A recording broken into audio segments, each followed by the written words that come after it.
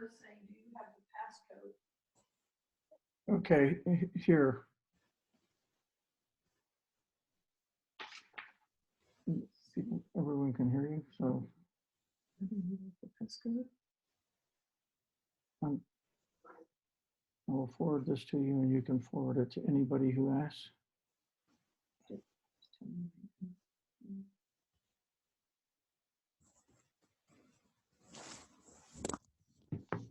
Okay, so we're going to start now. So please start recording, Andrew. Yep. All right, welcome everyone to the second in the series of, at present, 3 lectures on the making of Paris. Is that a 0? Yes. Okay.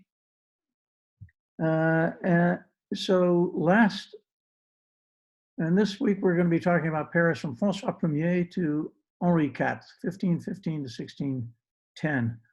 Last week we covered a lot of ground. We covered 1500 years basically, from Roman times to the Middle Ages.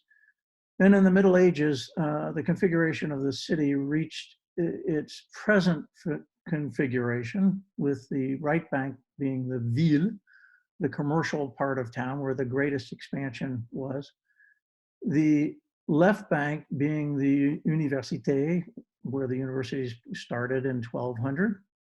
The University of Paris was chartered by Philippe Auguste in 1204.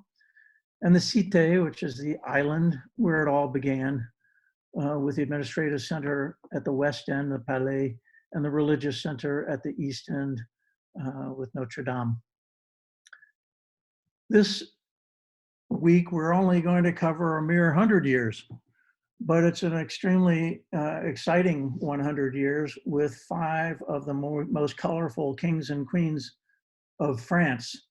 François Ier, his son's wife, Catherine de Médicis, Henri IV, his first wife, Marguerite de Valois, and his second wife, Marie de Médicis. Not only were they all larger than life figures, but they all had very important impacts on the city of Paris. So I start with François Ier, known as the father of the French Renaissance. He had other nicknames too. He was also known as the king of the long nose for reasons that you can see. He had a very long reign, as you can see. What I indicate here is that he was born in 1494, and he reigned from 1515 to 1547. So a good 32 years, a long time. He started at the tender age of 21 as king, and he hit the ground running. He had a remarkable run for the first 10 years as king, and then he hit some pretty heavy waters. The interesting thing about the first half of the 16th century was that you had 3 great kings, all contemporaries, all vying for power.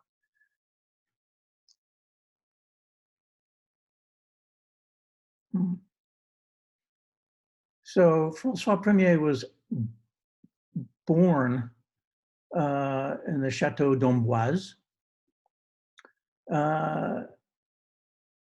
He literally 9 months after becoming king, he started a battle against the Swiss in northern Italy, which he famously won at the Battle of Marignano.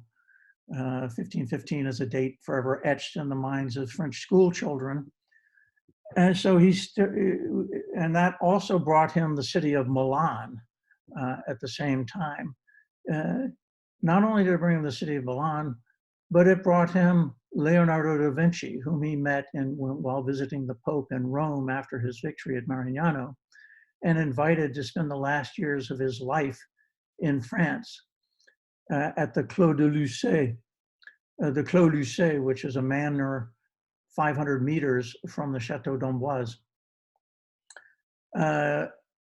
So Henri IV François Ier was a mere 21 years old when he invited the 65-year-old Leonardo da Vinci to join him, which he did, and he brought with him 3 unfinished paintings. Certainly the best known was the Mona Lisa. So Mona is a contraction of the Italian word Madonna, which means Madame. Lisa was Lisa Girardelli, who was the wife of Francesco del Giocondo. So in the best Italian, she was known as La Gioconda, and in French, she's known as La Joconde. And she and the other two paintings that Leonardo brought with him are now residing in the Louvre. So as I was saying, there were three contemporaries who were all vying for power in the first half of the 16th century. François Ier, Charles V, of the Habsburg family. And since there was a Charles V who ruled in France in the 14th century, Charles V of the Habsburg Roman emperor was known as Charles Quint to distinguish him. He was born a mere 5 years after François Ier, and the two of them vied to become the Holy Roman Emperor in 1519. The 19-year-old Charles Quint prevailed. It was actually an election. And as is recounted in most histories, he bribed more people more effectively than François Ier, and therefore became the Holy Roman Emperor. In addition to being the King of Spain, he resided primarily in Madrid, and the King of Germany, where the palace was in Vienna. The other great monarch of the period was Henry VIII of England, who was a little bit older than François Ier, 3 years older. So you have these three guys who were all contemporaries. The two great powers were France and the Habsburg Empire, and both of them were vying for the support of Henry VIII, who was a distant third in terms of power and influence, but nevertheless, he was courted by both sides. One way that courting took place was in 1520, the year after Charles Quint became the Holy Roman Emperor, and François Ier was trying to solicit the support of Henry VIII in his battles against Charles Quint. And he organized with Henry what was a tournament that went on for 3 weeks near Calais, which at that time was actually part of England, which was known as the Field of the Cloth of Gold, Le Camp du Droit d'Or. And the reason it was called the Field of the Cloth of Gold is, as you can see, there were tents all over the place, and some of them were made of gold. Here you have Henry VIII arriving. This painting comes from Hampton Court. And back here, if you enlarge it, you see that actually Henry VIII challenged François Ier to a wrestling match under one of these golden tents. Theoretically, François Ier tripped, which was a perfectly legal move, Henry, and threw him to the ground, and therefore won, which may have not been a great move, because in the end, while they did profess their undying friendship at the end of the tournament, Henry VIII ended up supporting Charles Quint shortly thereafter, although his allegiance did shift over the years. So 10 years after François Ier took power, things took a nasty turn at the Battle of Pavia, where he was captured by the forces of Charles Quint, and he was imprisoned in Madrid for a year before he was finally ransomed and was able to return to France. Basically, for the next 30 years, it was battles on and off between François Ier and Charles Quint. But in addition to that, François Premier had a big impact on architecture in France. First of all, he, as I said, is the father of the Renaissance in France. And he literally brought the Renaissance to France when he brought Leonardo da Vinci to France, but he wasn't the only Italian artist and architect that was brought to France. François Premier was a builder, and he built a number of castles. Primarily, he built castles. Back in the day, what kings did is they did not stay put in one place. They actually traveled around their kingdoms, and François Premier certainly did that. And he would go from castle to castle, his own castles, or he would visit nobles in their chateau, which was a great honor. But François Premier, he built this magnificent chateau in the Loire Valley, Chambord. And as you can see, it took a long time to build, as did so many buildings during this period. It is famous for many reasons. One is because Leonardo da Vinci designed the famous double spiral staircase that's in it. It's famous because it's so huge, 426 rooms, 280 chimneys, and the grounds surrounding this immense chateau are roughly the size of the city of Paris today. He operated on a very, very large scale, did François Premier. Positive. So,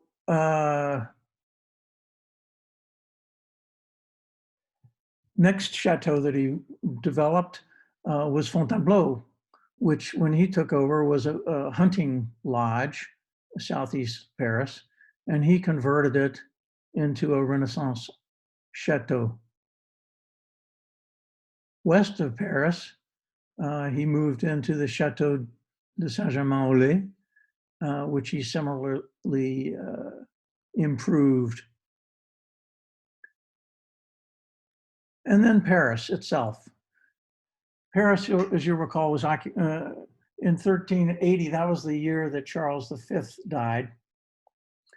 And after that, most of the kings in the Valois dynasty were living in the Loire Valley. So very little actually happened in Paris in the 120 or 35 years between the reigns of Charles V and François Premier. So when he got there, and what did he do? Well, his first focus was on the castle, which was the Palais, the palace of Charles V, who had converted the Louvre fortress to a castle. And he focused on the west wall that the arrow is pointing at. So this is the Louvre of Charles V. And it shows you in the dotted line, that's the outline of today's Cour Carrée of the Louvre. So first, in 1528, François Premier removed the Grosse Tour, also known as the donjon. And then he demolished the west wing and built a Renaissance wing in its place.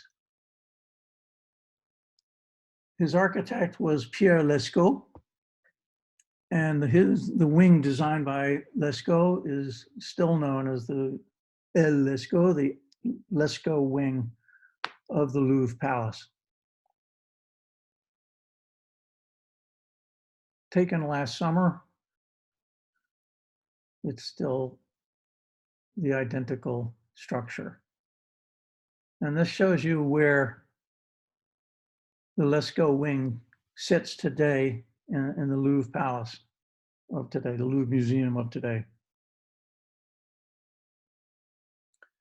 Pierre Lescot also designed the Fontaine des Innocents, which originally was next to the cemetery of the Innocents, the Holy Innocents, a reconstruction by Hofbauer of what the cemetery looked like in 1550. The second major building that François Premier started, but certainly did not finish in Paris, is the Hôtel de Ville, which was designed by the Italian architect known as Le Bocador. And the facade that you're looking at here is known as the Façade de Bocador, also in the Renaissance style. It took 100 and something years to build it. This is what it looked like after 50 years. And finally, the finished version. It overlooked the Place de Grève, and in front of it is the Port de Grève, where merchandise would be unloaded and then taken at that time to the Les Halles, the Marché des Halles.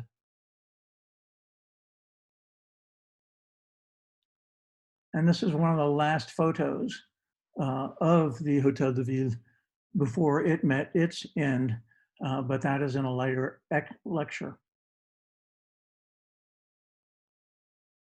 François Premier was a man of letters and the arts, and one of the things that he did was to charter the Collège Royal, now known as the Collège de France, and the other college, the Sorbonne, the University of Paris, which was right across the street, the Sorbonne, the other side of the Rue Saint-Jacques from this building, taught only in Latin, and François Premier at his college had instruction in Hebrew and Greek and other foreign languages. This building was not actually built until the 17th century and beyond. Three very iconic churches were constructed during the reign of François Premier. There was the Église Saint-Jacques de la Boucherie, which is just south of Les Halles, and that is a quarter in which many tradesmen, this is in La Ville, so it's the right bank, as where many tradesmen were located, including, and they were organized in guilds, as they were throughout Europe in the Middle Ages. And guild in French is a corporation. So there was a Corporation des Bouchers, the butcher corporate guild, and they built their own church in the flamboyant Gothic style. The flamboyant Gothic is the late Gothic style. And it did not survive the revolution, the church, but its tower did and stands today and is known by all as the Tour Saint-Jacques. Just south of Les Halles, the Église Saint-Marie was constructed. Again, the period of time taken to build the churches and other major structures is quite impressive. So this took nearly 100 years to build, also in the flamboyant Gothic style. And then there on the north side of Les Halles, you have the enormous Église Saint-Eustache, which is the second largest church in Paris, also built in the Gothic style, although the exterior is in the Gothic style, and the interior is in the Renaissance and Classic style. 108 years it took to build Saint-Eustache. An interesting development that was really initiated, an important development in Paris architecture that was initiated in many ways by François Premier, is the development of the Hôtel Particulier. So let's just talk about the word hotel, which can cause a lot of confusion. So hôtel, H-O accent circumflex, T-E-L. The accent circumflex over an O means that it's a substitute for O-S. So hôtel can also be rendered as hostel. So it means like a hostel, a hotel that we commonly think of. But in French, it's used in many broader, different senses. So there's the Hôtel Dieu, which is the name for a hospital, because as we discussed last week, the ill were treated by monks and nuns. There's the Hôtel des Invalides, which is a hospital for veterans built by Louis XIV. And there's the Hôtel de Ville that we've just talked about. The Hôtel Saint-Paul de Tournelle, which two residences built in the Marais. And then there's the Hôtel Particulier. This is a term that actually was developed only at the beginning of the 19th century. A Hôtel Particulier basically just means a private residence. Nevertheless, the Hôtel Particulier are a uniquely French architectural phenomenon, and they got their start under François I. This is a list of the various areas of Paris when Hôtel Particulier, where Hôtel Particulier were built. And today we'll just touch upon the first two, the Marais and the Ile Saint-Louis. The Marais got its start under François I and finished basically under Louis XIV, which we'll talk about next week. So in the Marais, the Hôtel Particulier were built on culture or couture. And it all started, so they were built outside the developed areas on this empty farmland. François I started it all because he had the Hôtel Saint-Paul down here, which had been converted into a royal residence by Charles V, but it was not in liking. That's one place that François I did not restore and convert. He, in fact, sold it off and subdivided the land for development for Hôtel Particulier. None of the Hôtel Particulier built in that area survive. But he started something, which is followed subsequently by the development through subdivision of the Couture Sainte-Catherine, the Couture Barbette, the Couture du Temple, which was the largest. And they basically developed in that order, getting further away from town. What is a couture? A coutre is the blade of a plow. A couture is also often used interchangeably with culture, which is a word for crop in French, as in agriculture. In other words, all of these, so this Couture Sainte-Catherine, that was a priory of nuns. And outside the priory, they had fields, which they would till and sell the produce to the city's residents next door. Same thing for the Couture du Temple. So there were farmlands, empty space available for development. So following the example of François I, who developed the Hôtel Saint-Paul, where the arrow is pointing, and the arrow is pointing again, the Couture Sainte-Catherine was developed in a very methodical fashion. As you can see, this arrow points to the Rue des Fonds Bourgeois, which is the main east-west road in the Couture Sainte-Catherine, developed in 1545, just before, or subdivided just before François I died. The Rue des Fonds Bourgeois, and you'll see people who are familiar with the Marais will recognize many of these names. So we're going to talk about the, I'm briefly going to show you pictures of 4 different Hôtel Particulier in this neighborhood. First and foremost, the Hôtel Carnavalet, designed by the same Pierre Lescot who designed the wing of the Louvre. And this was actually the first Hôtel Particulier to develop the layout that for which French Hôtel Particulier are famous, which is called La Séquence Cour Logis Jardin. So you would come in through a gate. There'd be a wall on the street. Come in through a gate in your carriage into a courtyard, a cour, and you would disembark from your carriage, which would be parked somewhere else, and around the courtyard would be stables for the owner's own horses and carriages. And you would then enter the logis, the residence, and behind the residence would be the garden. That configuration is the most distinctive thing about Hôtel Particulier in Paris, and it all started with Hôtel Carnavalet. Interestingly, Madame de Sévigné rented the Hôtel Carnavalet and wrote most of the letters to her daughter from there. The name Carnavalet comes as it was a bastardization. One of the early owners was a Breton with the name Kernovaunois or something like that, which no one could pronounce, so they converted it into Carnavalet.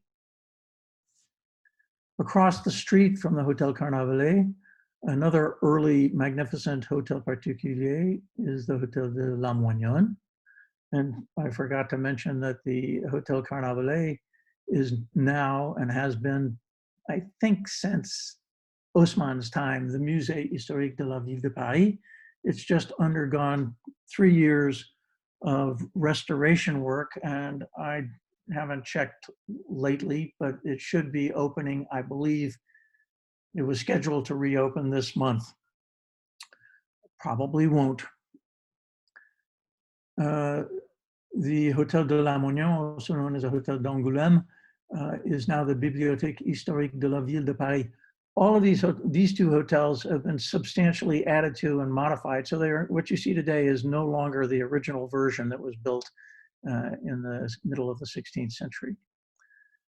Nearby on the Rue de Payenne, the Rue del Zévir, are two charming, much smaller hotels, which have not been changed. One is the Hôtel de Marle, which is currently the Swedish Cultural Center, and this is the view from the garden. And the Hôtel de Dunant, which is now the Musée Cognac-J, also the view from the garden. François Ier was succeeded by his son Henri II, who had a brief reign of 12 years, and I'll explain why. So in terms of what he did for Paris architecture, Henri II finished the job started by his father on the Aile Lescaut, and he built us, which was here, and he also built a new southern wing, demolished the old medieval southern wing and built a new southern wing, also in the Renaissance style, leaving in black here the original two wings, or original wings built or developed by or improved by Charles V. After Henri II, the Pavillon du Roi was built here, and the Petite Galerie was built there. This is the Petite Galerie today. In 1559, Henri II held a tournament on the Rue Saint-Antoine, which leads from the Bastille here. And he was at that time residing in the Palais des Tournelles, or here, which seems a little too large and grand, I have to say, but nevertheless, that's where he resided. And he insisted that one of his soldiers, Captain Montgomery, I believe his name was, Scots, compete with him in a jousting contest. And Captain Montgomery demurred, saying, "No, sire, you know, I really don't want to." But he could not refuse his sovereign. So this is a rendition of the joust in which Montgomery's lance pierced the visor of Henri II and broke off, leaving a 10-inch piece of wood sticking in his eye. Henri II was taken in agony to the Hotel de Tournelle, the Palais de Tournelle right next door, and 10 days later died. His wife, this is where the Les Tournelles is located. It will come up again. His wife, Catherine de Médicis, was extremely distraught by the prolonged and agonizing death of her husband at the Hotel de Tournelle. And so after his death, she abandoned it. And in fact, according to certain reports, razed it. In any event, it was razed. And instead, she decided to build a new palace. And whereas the Hotel de Tournelle, Palais des Tournelles was located at the eastern extremity of Paris, she built her hotel on the western extremity of Paris, outside the Charles V wall, which was still standing. And it was called the Tuileries. This is the Charles V wall here. This is the Louvre. So the wall went here, and she built her chateau perpendicular to the Seine.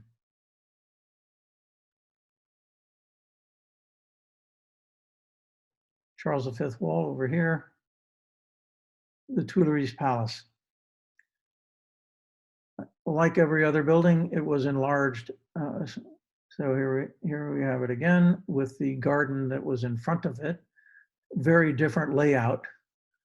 It's called the Tuileries Palace because in this garden area, they manufactured tiles, tuiles. So she simply took the name of the tile manufacturing area for her palace and her garden. And this was the edge of Paris. It was almost empty. This was greenfield development. That's one of the things that most distinguishes the construction that went on during this period. It went on outside, a lot of it outside the old city, where there used to be a lot of convents, like we just talked about the Sainte Catherine Priory. Well, here's the Couvent des Feuillants and the Couvent des Capucins, because Paris was surrounded by monasteries and priories. This is a view of the western facade. And you can see that the building's been expanded with the development, the construction of a new pavilion on the south side and the north, although it's not clear the one on the north is actually built. And the garden was expanded too. Catherine de Medici was superstitious, and her astrologer told her that she would die near Saint-Germain. Now, it so happens that the Palais des Tuileries was built literally across the Seine from Saint-Germain. So being superstitious, she actually never inhabited the Palais des Tuileries. She built a second palace called the Hotel de Soissons, or near Les Halles. And next to it built this column, which is all that survives of the Hotel de Soissons, known as the Colonne de Médicis, right next to Les Halles.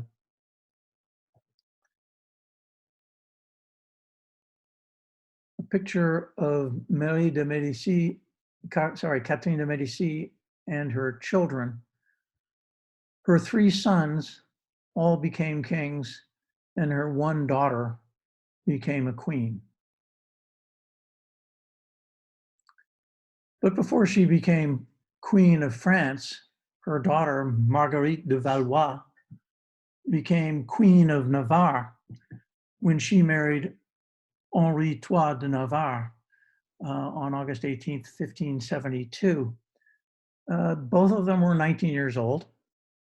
But what was most distinguishing was that Henri de Navarre was a Protestant. And this is 10 years after the wars of religion started in France. And there was deep enmity between the Catholics and the Protestants. And Catherine de Medici was considered to be a very staunch defender of Catholicism.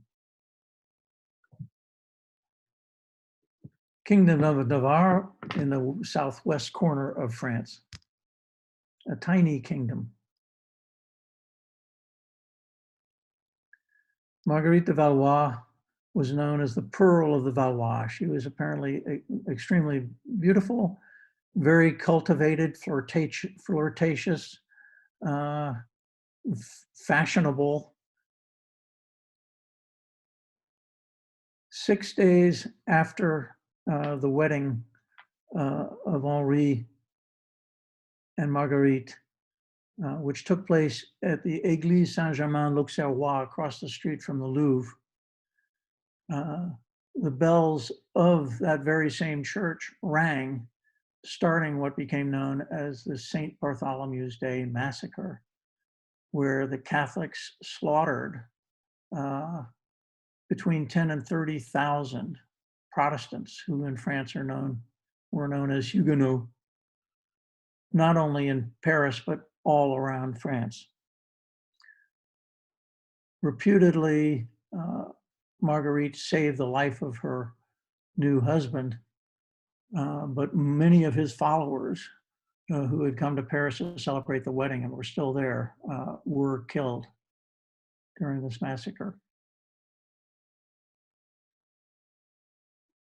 Moving ahead, the Palais de l'Abbé, this is the abbot's palace for the Abbé of Saint-Germain-des-Prés, was constructed in 1586.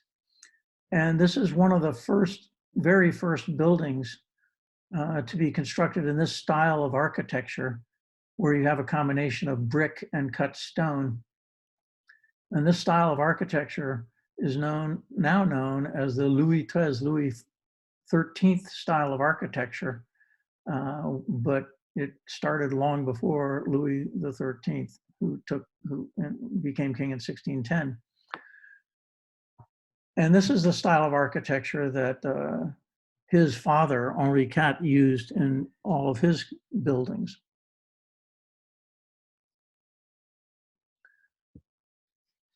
So you'll recall that Philippe le Bel, around 1300, the one who burned Jacques de Molay, the head of the Templars, at the stake, and Jacques de Molay cursed Philippe le Bel and his sons, all of whom died within the next 15 years, ending the Capetian dynasty's rule. Well, something similar happened to the Maison de Valois, with 3 brothers successively becoming kings and dying young and without children. So the first was François II, who only reigned for 2 years. He was married to Mary, Queen of Scots, who has her own story. He was succeeded by his brother, Charles IX, who lived for 14 years, or reigned for 14 years, and then another 15-year reign by Henri III. All of them died. I think Henri III was assassinated, in fact. And to everyone's surprise, and to the horror of the Catholic League, the next in line to the throne was Henri III de Navarre, who became Henri IV of France, creating a new dynasty, the Bourbon dynasty.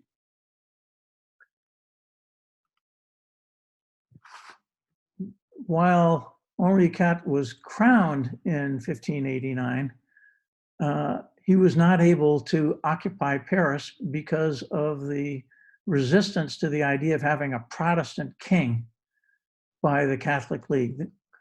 And there then ensued a 4-year-long civil war all around France between the Catholic League and Henri IV. Finally, at the end of 4 years, Henri decided that Paris vaut bien une messe. Paris is well worth a mass. So he went to Saint-Denis and converted to Catholicism. And the following year, he was welcomed to Paris. At that time, Paris had a population of 220,000 people. It was the largest city in Europe and the largest country in Europe. And 4 years later, in 1598, while he was visiting Nantes, Henri IV issued an edict tolerating religions, all religions, in France. 2 years after that, in 1600, his first wife, Marguerite de Valois, known as La Reine Margot,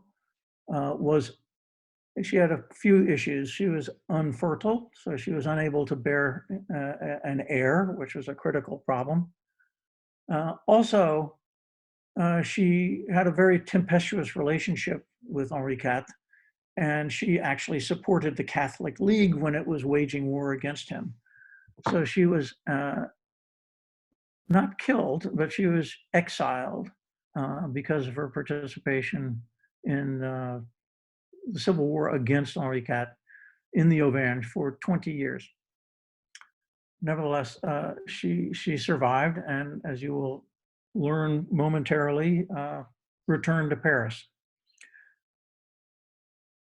So a map of Paris before Henri IV, and in purple you see the wall that was built by Philippe Auguste around 1200 around Paris, which, to remind you, if you weren't here last week, was roughly the size of Kensington Gardens and Hyde Park in London.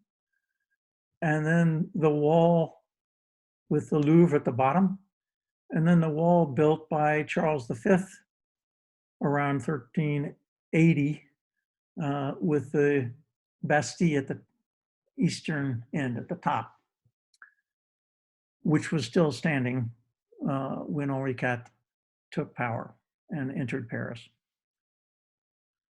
So Henri IV had a dramatic impact on Paris. He too started with the palace, but the thing that makes him different is that he went well beyond the palace. So he took the Louvre, and when he started, this was the Lescaut, the Lescaut wing. That was all there was. There was the Pavillon du Roi, and there was the Petite Galerie. That was the extent of what is presently standing in the Louvre. So he had this design drawn up, and of course there was the Tuileries Palace way back here. So he drew up the idea of creating a cour carrée, which was 4 times larger than the size of the Louvre at the time.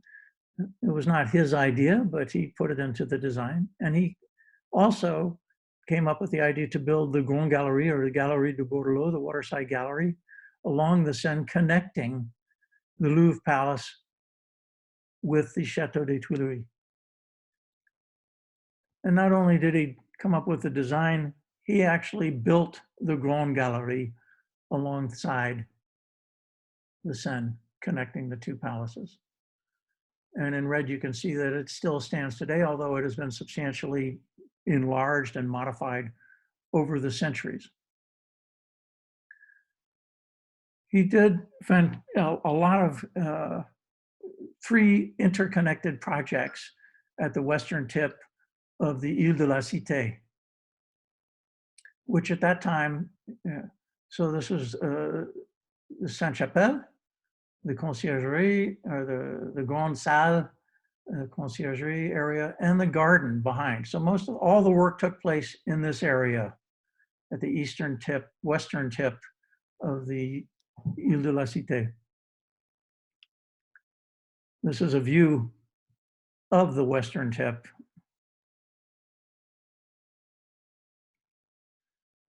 So first thing he did was to finish the wall started by Henri III, not the wall, the bridge that was started by Henri III across the tip of the island. And it became known as the Pont Neuf, the new bridge, because of course it was the newest of the bridges. This building here is the La Samaritaine. La Samaritaine is the name of a hydraulic pump that pumped water from the Seine that then was used to irrigate for water and to irrigate the gardens of the Louvre and the Tuileries. It's called La Samaritaine because of a bas-relief above the door of the Samaritan woman drawing water from a well for Christ. It was demolished in 1813, but still lives on in the La Samaritaine department store at the end on the right bank at the end of the bridge. Another thing that distinguishes this, many things distinguish this bridge, the Pont Neuf. It was a beautiful bridge. It's still a beautiful bridge. It was the first bridge built of stone. It was the first bridge built without buildings on it. So you could actually see upstream. And on the right, you could see the Louvre. On the left, you see the Tournelle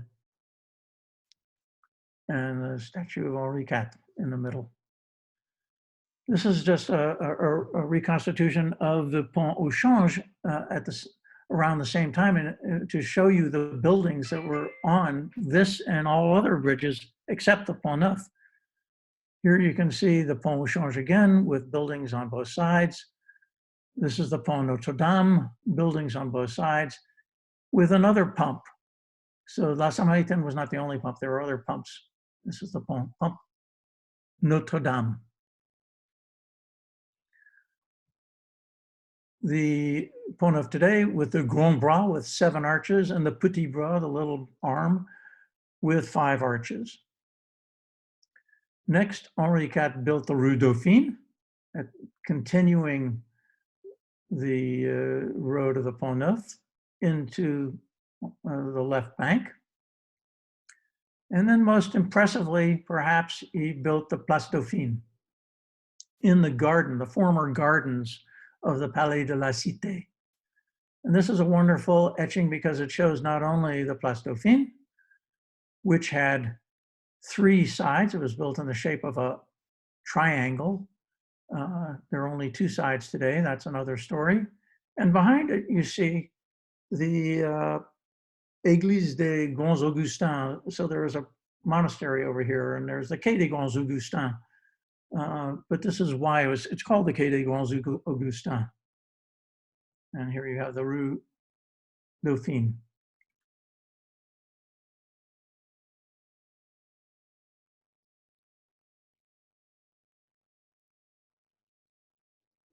Those who know the Place Dauphine today will be surprised perhaps to learn that originally all of the buildings were identical. They were all built in what's now known as the Louis XIII style, as shown on this drawing. Only the front 2 buildings that give onto the Pont Neuf are in their original state, because in the 18th century, sadly, new floors were added, new windows were put in, the arcades which were originally open were filled in, and while the Place Dauphine is absolutely charming, it does not retain its original style or cultural or architectural integrity, unlike, as we will see, the Place des Vosges. So Henri II died at the Palais des Tournelles, torn down, and that space was then developed by Henri IV. And in it, he built another square. But unlike the Place Dauphine, which was a triangular, place meaning square, but it wasn't, it was a triangle. But this one is actually a perfect square, 108 meters long, 9 buildings on each side, all like the Place Dauphine, hotel, private residences. These were developed really as a property development project. But in addition to being, both of them had gardens. And these two the gardens, the Place Dauphine and the Place Royale, were the first 2 public gardens in Paris.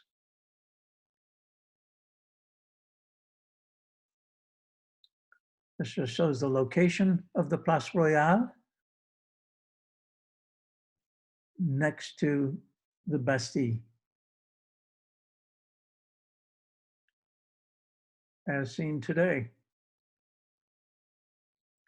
On the south side, there's the Pavillon du Roi, and the north side is the Pavillon de la Reine.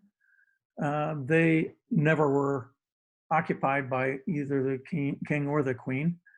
The Pavillon de la Reine is now a very nice hotel, which is closed at the moment.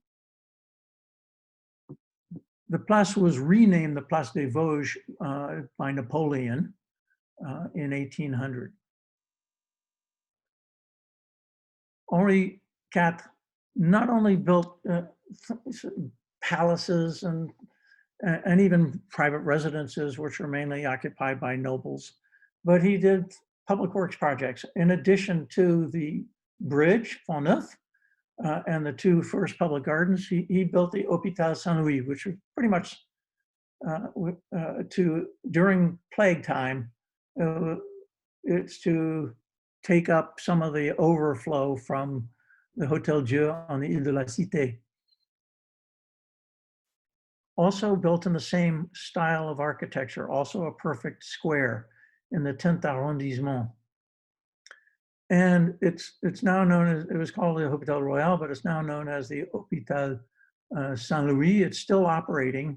Many modern buildings are built on the campus, but in the center is something called La Quadrilatère, the quadrangle, which is a haven of peace in Paris, and I really highly recommend it to go and visit. On May 14, 1610, while driving in his carriage on the crowded Rue de la Ferronnerie, Henri IV was assassinated by the Catholic fanatic François Ravaillac.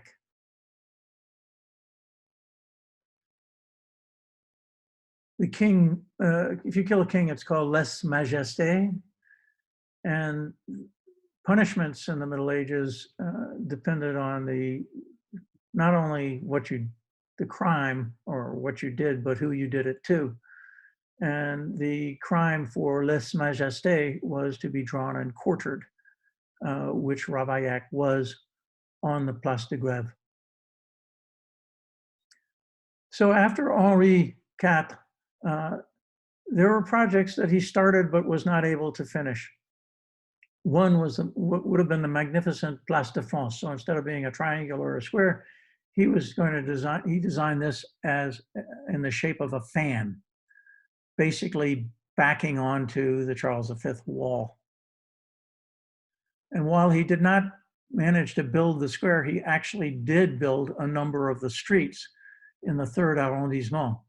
So this is the back of the square that we were just looking at. And this is the shape, the semicircular street that the square was supposed to open onto, which is the Rue de Belém, near the Place de la République in the wonderful 3rd arrondissement.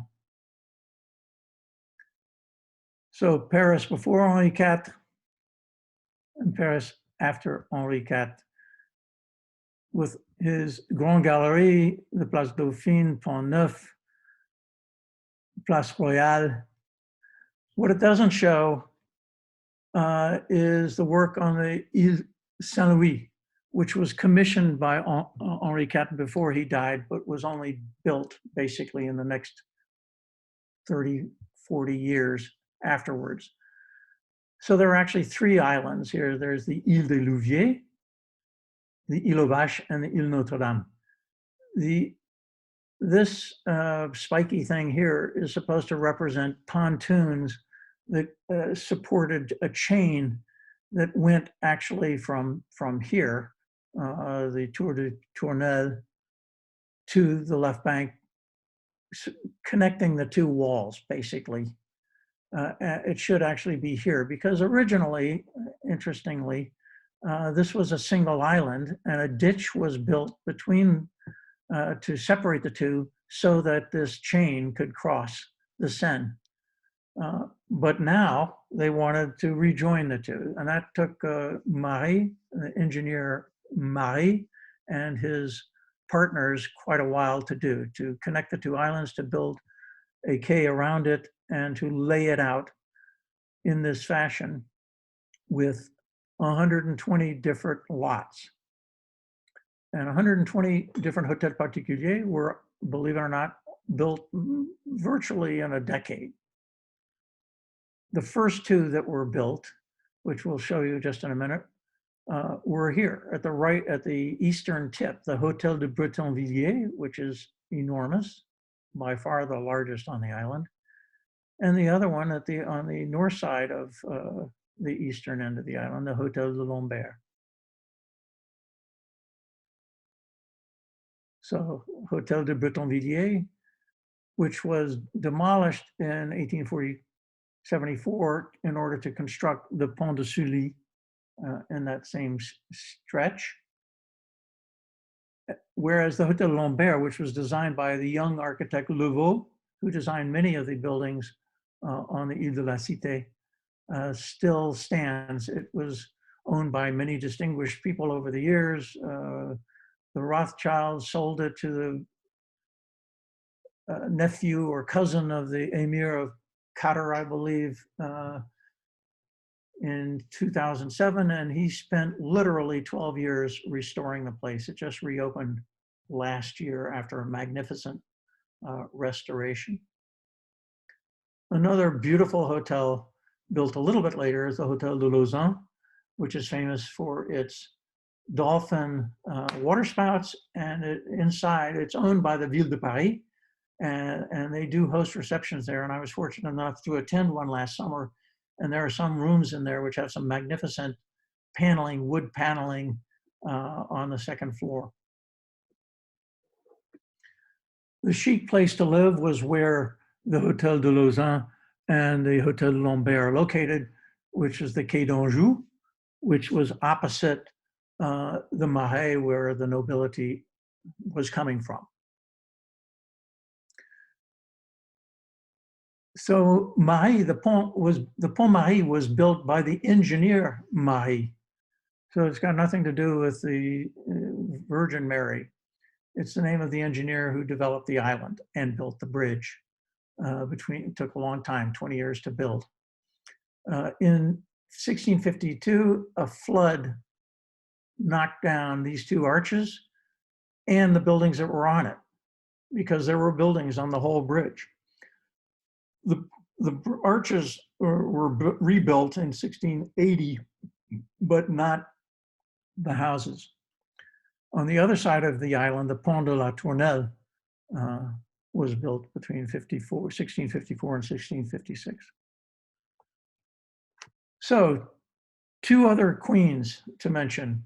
So La Reine Margot, who, as I said, spent 20 years in exile, during which she, among other things, wrote her memoirs, and apparently she was the first woman to write her memoirs.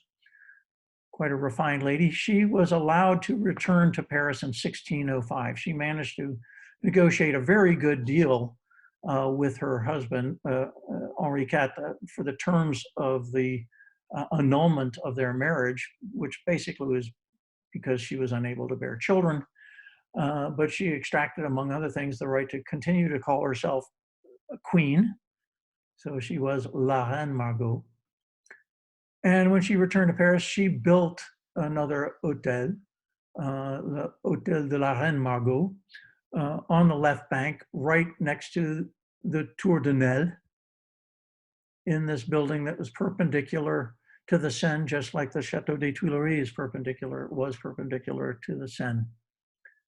And this was her garden with the Chapel des Louanges, where priests would pray. And over here on the right corner, you have the Église de Saint-Germain-des-Prés. This is the same map pulled out a little bit, so you can see a better view of the Saint-Germain-des-Prés. And now pulled out all the way.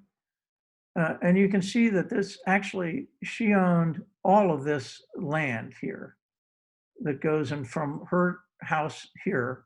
This is the garden, and this is what's called the park, less formally laid out, but all of it was hers. And so it rivals the Tuileries Palace and the Tuileries Garden. When she died in 1615, she did not actually own this property. She had a life interest in it, a usufruit, as they say in French. And so when she died, ownership returned to the crown, at that time Louis XIII, and Louis XIII basically sold it to developers. So this is the park of La Reine Margot, which was then developed with the construction of, down the main allée of the park, the Rue de Lille and the Rue de Verneuil. So this whole area of the 6th arrondissement on the left bank was developed in the former park of La Reine Margot. And while the park is gone and the garden is gone, actually, the garden is now the Musée des Beaux-Arts. The hotel survives. And I don't know if our friend the Rousseau are listening, but they are fortunate enough to live in the Hôtel de la Reine Margot on the Rue de Rennes. Rue de Seine. So the second queen, Marie de Médicis, who was married to Henri IV, she was 25, he was 46. They were married in Florence. Actually, he didn't show up. He sent a proxy, not terribly romantic, but perhaps practical. And unlike his first wife, who Marie was very fertile, and she bore him 6 children. There are 4 of them here, plus a trusted counselor who got relegated to the lower left corner here.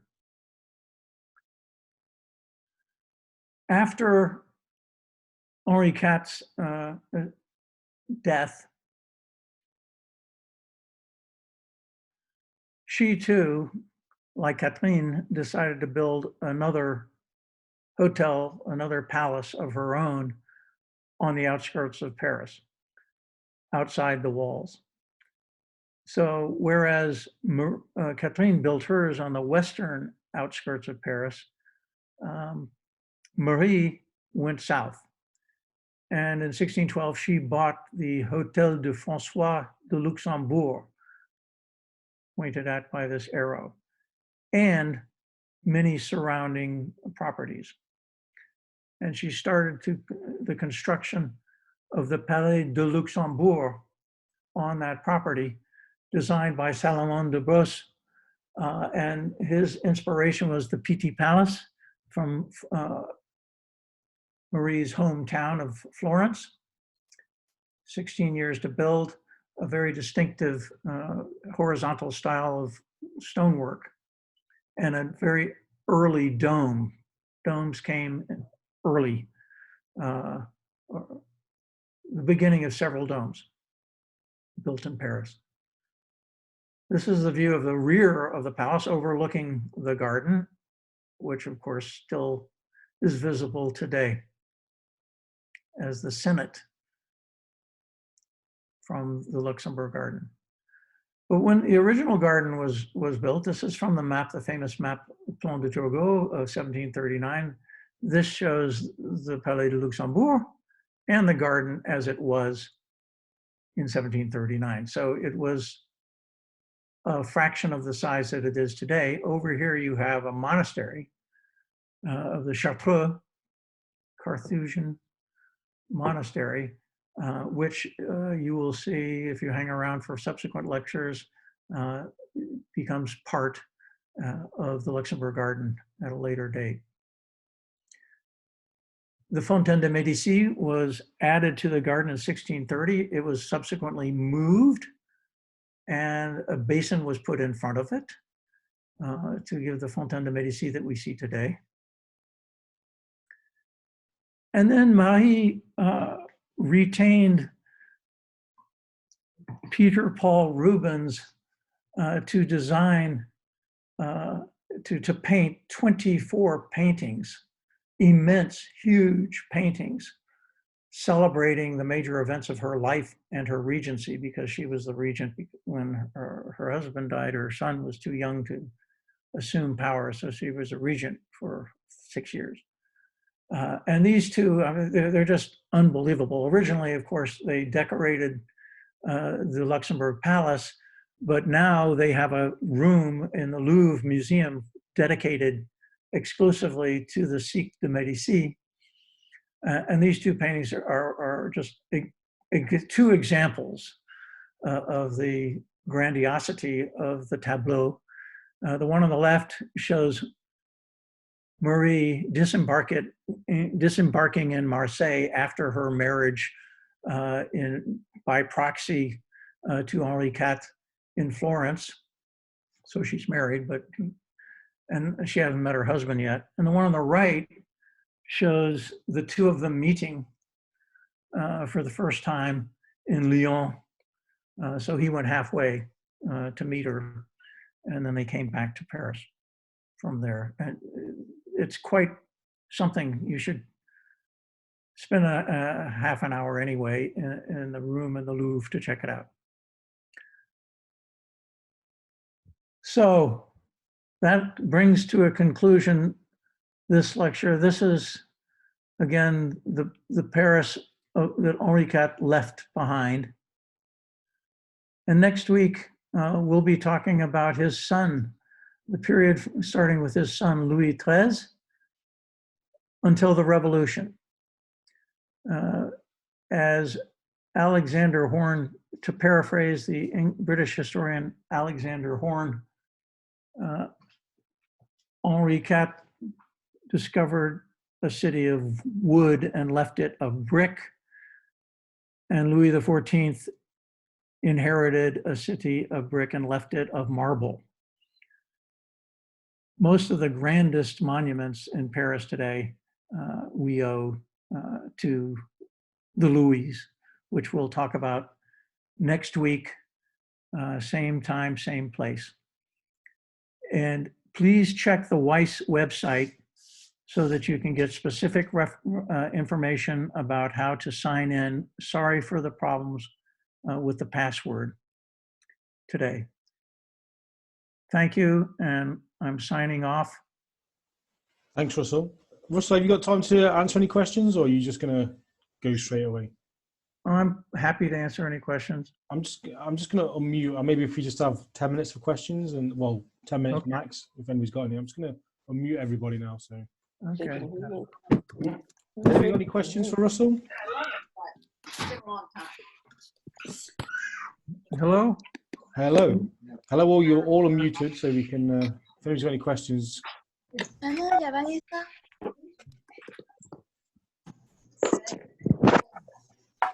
don't think we're all muted. No, you're not. Nobody's muted anymore. Nobody's muted anymore. So on the chat, Russell, there was a question from J. Paul. I don't know what the full name of that one is, but it's saying, all the construction suggests an economy that was very rich and able to support luxury.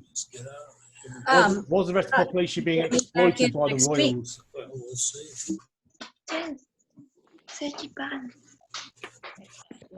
I don't know how to turn off the computer. Did you get that, Russell?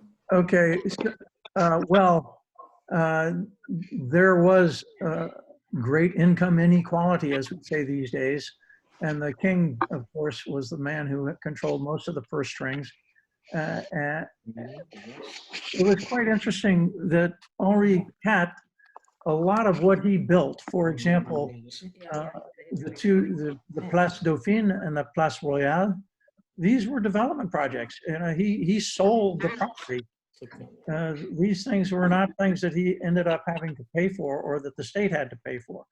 But people, there were nobles who were wealthy, God knows, but there were many, many, many more poor people who perhaps if you look at the buildings that are next to the great monuments in paintings and so on, you can see that there were more humble abodes as well. And the further away you got from the center, the more humble they got.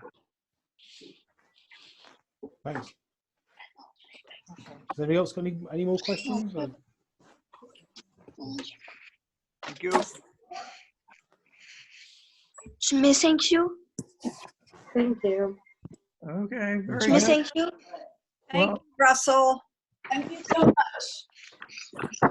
Thank you, Russell. Russell. Thanks a million. Thank you. Thank you. Many thanks. Merci infiniment. Bravo. Bravo. Pourquoi ça marche pas?